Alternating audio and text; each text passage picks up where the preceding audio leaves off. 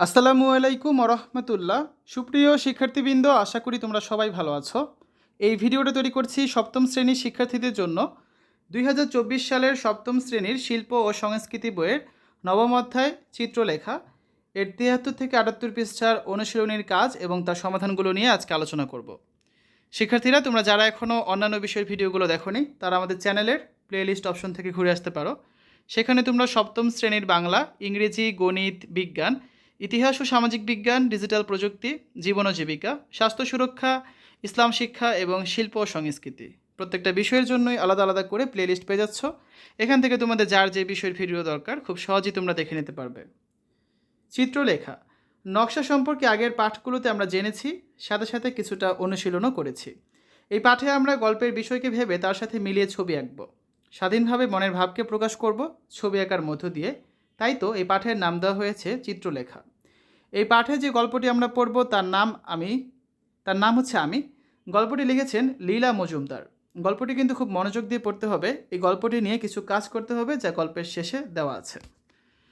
তো প্রথমে হচ্ছে এখানে লীলা মজুমদারের লেখা আমি একটি গল্প রয়েছে। এই গল্পটা তোমরা পড়বে, ঠিক আছে? এই গল্পটা পড়ছি না, তোমরা তো বই দেওয়া আছে, এখান থেকে তোমরা পড়ে নিতে পারবে। তো গল্পটা 74 পৃষ্ঠায় আছে এবং 75 পৃষ্ঠায় আছে।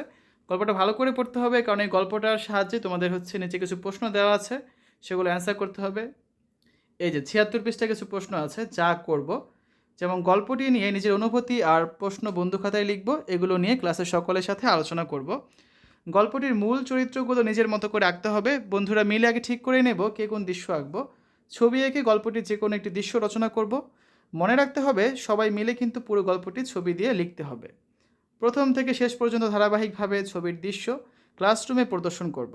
এর নাম দেব আমরা চিত্রলেখা, কারণ ছবির মাধ্যমে পুরো গল্পটি লিখতে হবে আর ছবি হবে লেখার ভাষা। চিত্রশিল্পীরা যেমন নিজেদের শিল্পকর্ম সম্পর্কে দর্শকদেরকে নিজের ভাবনা এবং অনুভূতি ব্যক্ত করেন, তেমনি আমরাও আমাদের চিত্রলেখার মাধ্যমে অনুভূতিটা শ্রেণীতে আগত দর্শকদের জানানোর চেষ্টা করব। তো শিক্ষার্থীরা, চলো এই পর্যায়ে আমরা 76 পৃষ্ঠার সমাধানটা করি। আমাদের প্রথম প্রশ্নটি হচ্ছে গল্পটি নিয়ে নিজের অনুভূতি আর প্রশ্ন বন্ধু খাতায় লিখব। এগুলো নিয়ে ক্লাসে সকলের সাথে আলোচনা করব। আমি গল্পটি লিখেছেন লীলা মজুমদার। গল্পের আমি প্রধান চরিত্র। সে যেমন অলস তেমনই পড়ালেখায় অমনোযোগী। সে নিজেকে খারাপ ছেলে বলে, নিজেকে খারাপ ছেলে বলে। সে ঘুম থেকে উঠতে চায় না, দাঁত মাজে না, পড়তেও চায় না। সে একটা অবাধ্য ছেলে। তার স্বভাব এরূপ কেন তা নিয়ে আমি ক্লাসের সকলের সাথে আলোচনা করলাম। আরিফ গল্পের আমি চরিত্রের মতো নয়, আবার আমার স্বভাব আর তার মতো নয়। আমি বাবা মার কথা শুনি, ঠিকমতো পড়ালেখা করি। পরের প্রশ্নটা হচ্ছে যে গল্পটির মূল চরিত্রগুলো নিজের মতো করে আঁকতে হবে। বন্ধুরা মিলে আগে ঠিক করে নেব কে কোন দৃশ্য আঁকবো। ছবি এঁকে গল্পটির যে কোনো একটি দৃশ্য রচনা করব। মনে রাখতে হবে সবাই মিলে কিন্তু পুরো গল্পটি ছবি দিয়ে লিখতে হবে। তো গল্পটির মূল চরিত্রগুলো হচ্ছে আমি, দিদিমা, ছোট কাকা, পিসিমা, বড়দি, মেজদি, কুকুর ও ঘোড়া। গল্পের এই চরিত্রগুলো এই চরিত্রগুলো বন্ধুরা মিলে আঁকবো। তার আগে ঠিক করে নেব কে কোন দৃশ্য আঁকবো। ছবি এঁকে গল্পের পুরো বিষয় উপস্থাপন করার চেষ্টা করব। প্রথম থেকে শেষ পর্যন্ত ধারাবাহিকভাবে ছবির দৃশ্য ক্লাসরুমে প্রদর্শন করব। এর নাম দেব চিত্রলেখা, কারণ ছবির মাধ্যমে পুরো গল্পটি লিখতে হবে। ছবি হবে লেখার ভাষা। এরপরে দেখো, চিত্রশিল্পীরা যেমন নিজেদের শিল্পকর্ম সম্পর্কে দর্শকদেরকে নিজের ভাবনা এবং অনুভূতি ব্যক্ত করেন, তেমনি আমরাও আমাদের চিত্রলেখার মাধ্যমে অনুভূতিটা শ্রেণীতে আগত দর্শকদেরকে জানানোর চেষ্টা করব। তারপরে রয়েছে কি, শহীদ মুনীর চৌধুরী সম্পর্কে আরও যা জেনেছি তার নিচে তুলে ধরা হলো। শহীদ মুনীর চৌধুরী সম্পর্কে হচ্ছে আমাদের এখানে কিছু তথ্য উপস্থাপন করতে বলা হয়েছে। মুনীর চৌধুরী ছিলেন একজন বিশিষ্ট শিক্ষাবিদ, অনুবাদক, নাট্যকার ও সমালোচক। তিনি 1928 সালের 27শে নভেম্বর মানিকগঞ্জ শহরে জন্মগ্রহণ করেন। 1941 সালে ঢাকা কলেজিয়েট স্কুল থেকে প্রথম বিভাগে ম্যাট্রিক, 1943 সালের আলিগড় মুসলিম বিশ্ববিদ্যালয় থেকে দ্বিতীয় বিভাগে আইএসসি, 1946 সালে ঢাকা বিশ্ববিদ্যালয় থেকে ইংরেজিতে তৃতীয় শ্রেণীতে বিএ অনার্স এবং 1947 সালে ঢাকা বিশ্ববিদ্যালয় থেকে দ্বিতীয় শ্রেণীতে এমএ ইংরেজি পাশ করেন। এমএ প্রথম পর্ব 1953 এবং এমএ দ্বিতীয় পর্ব 1954 উভয় পরীক্ষাতেই প্রথম শ্রেণীতে প্রথম স্থান অধিকার করেন। 1958 সালে হার্ভার্ড বিশ্ববিদ্যালয় থেকে ভাষাতত্ত্বে এমএ পাশ করেন। 1949 সালে লিলি চৌধুরীর সঙ্গে বিবাহ বন্ধনে আবদ্ধ হন। 1949 থেকে 1950 সাল পর্যন্ত খুলনার দৌলতপুরের ব্রজলাল কলেজের ইংরেজি ও বাংলা সাহিত্যের অধ্যাপক হন। 1950 সালে জগন্নাথ কলেজের ইংরেজির অধ্যাপক হন। ঢাকা বিশ্ববিদ্যালয়ের ইংরেজি বিভাগে প্রভাষক 1950 থেকে 1952 এবং 1954 থেকে 1955। বাণিজ্য বিভাগের খণ্ডকালীন ইংরেজি প্রভাষক ছিলেন তিনি। ঢাকা বিশ্ববিদ্যালয়ের বাংলা বিভাগের প্রভাষক 1955 থেকে 1962, রিডার 1962 থেকে 1970, অধ্যাপক 1970 থেকে 1971 ছিলেন। কলা অনুষদের ডিন 1971 সালে ছিলেন। 1943 সালে প্রগতি লেখক ও শিল্পী সংঘে যোগদান করেন। 1948 সালে কলকাতায় কমিউনিস্ট পার্টির সম্মেলনে যোগদান করেন। ওই বছরের শেষের দিকে প্রগতি লেখক ও শিল্পী সংঘের সম্পাদক নির্বাচিত হন। মনির চৌধুরী 1952 ভাষা আন্দোলনে সক্রিয় ছিলেন। এবছরের 21শে ফেব্রুয়ারির হত্যাকাণ্ড ও পুলিশি জুলুমের প্রতিবাদে 23শে ফেব্রুয়ারি ঢাকুনস্থিত ঢাকা বিশ্ববিদ্যালয়ের শিক্ষকদের এক সভায় বক্তৃতা করার দায়ে 26শে ফেব্রুয়ারি তিনি গ্রেফতার হন। তিনি 1952 থেকে 1954 সাল পর্যন্ত জননিরাপত্তা আইনে কারাভোগ করেন। 1953 17 জানুয়ারি কারাগারে বসে বিখ্যাত কবর নাটকটি তিনি রচনা করেন। 21-এর পটভূমিতে রচিত নাটকটি ওই বছরের 21শে ফেব্রুয়ারি রাজবন্দীদের দ্বারা ঢাকা কেন্দ্রীয় কারাগারে অভিনীত হয়। 1954 সালে 4 এপ্রিল পূর্ববঙ্গে যুক্তফ্রন্ট ক্ষমতাসীন হলে কারাগার থেকে মুক্তি লাভ করেন তিনি।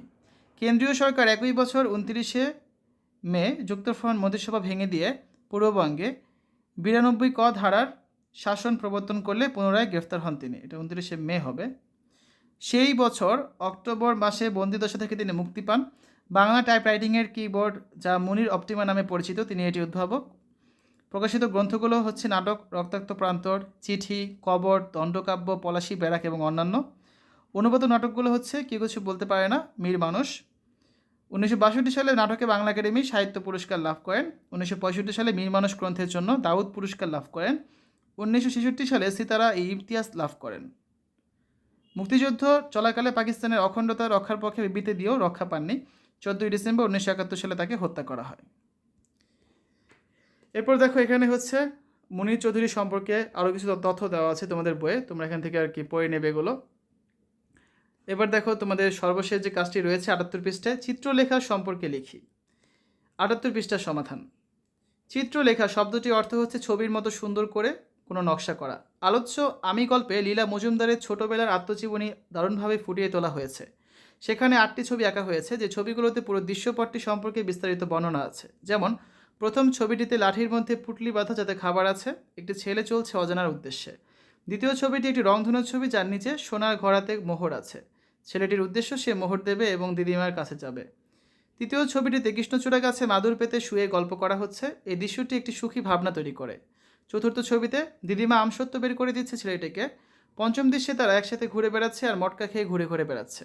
ষষ্ঠ দৃশ্যে দিদিমা উনুন থেকে ফোলা ফোলা লুচি করে দিচ্ছে আর খোকা আনন্দিত চোখে তার দিকে তাকিয়ে আছে। সপ্তম দৃশ্যে দেখা যাচ্ছে খোকা বিছানায় বিড়াল নিয়ে ঘুমিয়েছে, তা দেখে তার মা তাকে ভীষণ বকুনি দেয়। খোকার এত সব যন্ত্রণা তার ভালো লাগে না। অষ্টম দৃশ্যে আমরা দেখি খোকা একটি এক শিংওয়ালা ঘোড়ার পিঠে চড়ে দিদিমার কাছে চলে যাচ্ছে। এই চিত্রগুলো ধারাবাহিক বর্ণনা দ্বারা এই গল্পের দৃশ্যপটগুলো বুঝতে কষ্ট হয় না। খোকা সব ছেড়ে দিদিমার কাছে যেতে চায়, কারণ দিদিমা তাকে বকুনি দেয় না, তার ভালোবাসার মানুষ তো তার দিদিমাই। শিক্ষার্থীরা, এই ছিল আজকে আলোচনা। আগামী ক্লাসে নতুন একটা অধ্যায় চলে যাবো আমরা, যার নাম হচ্ছে কি শরৎ উৎসব। এতক্ষণ তোমরা দেখলে সপ্তম শ্রেণীর শিল্প ও সংস্কৃতি নবম অধ্যায় চিত্রলেখা 78 পৃষ্ঠা 77 পৃষ্ঠার অনুশীলনের কাজ ও সমাধান। আশা করি ভিডিওটা তোমাদের কাছে ভালো লেগেছে। পরবর্তী পর্বগুলো দেখার আমন্ত্রণ জানিয়ে আজ এখানে বিদায় নিচ্ছি। আল্লাহ হাফেজ।